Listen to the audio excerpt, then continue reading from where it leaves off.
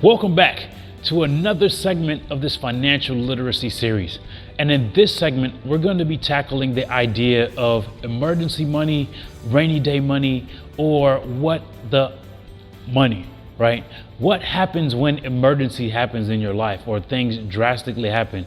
One thing that I'll share with you as you plan for your financial well-being is that you always have to expect the unexpected. Now, when I say that, many of us have heard or have been taught from grandparents or parents or great grandparents, you may have heard this term, save for a rainy day, right? Well, I want to challenge this statement a little bit today because it's all about how we look at things and the perspective that we have when we're planning and saving and investing for our long-term financial well-being. Because if we're planning for a rainy day, subconsciously, we're actually training our mind and training our body and training our surroundings and our environment that there will be a rainy day and that something bad is going to happen, right? So rather than have the negative connotation of, and I know this may sound like overly positive and, ooh la la type of fluffy types of things, but this is so true. Your subconscious mind is always working. So when you tell yourself that you're planning for a rainy day will come and you will have to use your rainy day money. So I'd rather say plan for the unexpected, and expect the unexpected.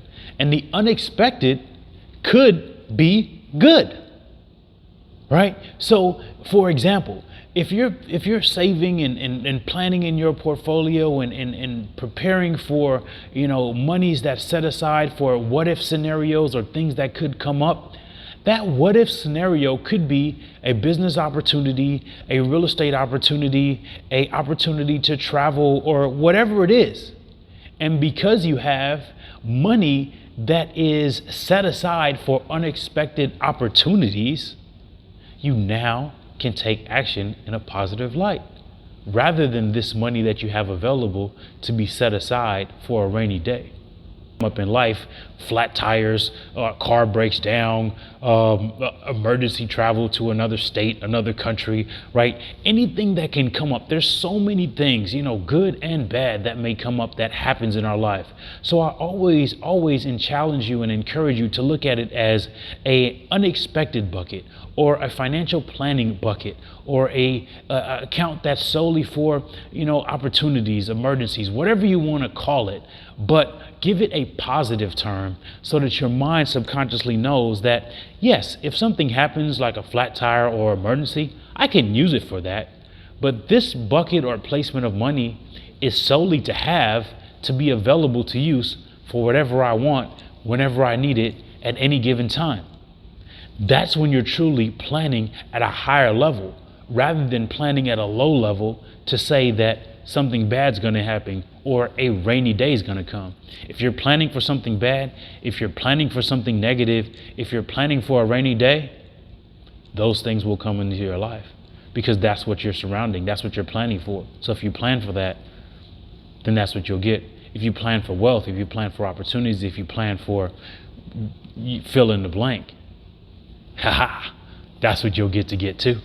So, rather than look at it in a negative connotation, look at it in the aspect of preparing for the unexpected, planning for the unexpected. And now you're in a position to not, damage any other financial tools like retirement accounts or work accounts or other types of financial instruments that you have for other goals, but you have your liquid, unexpected money fund that's available to you to use for anything.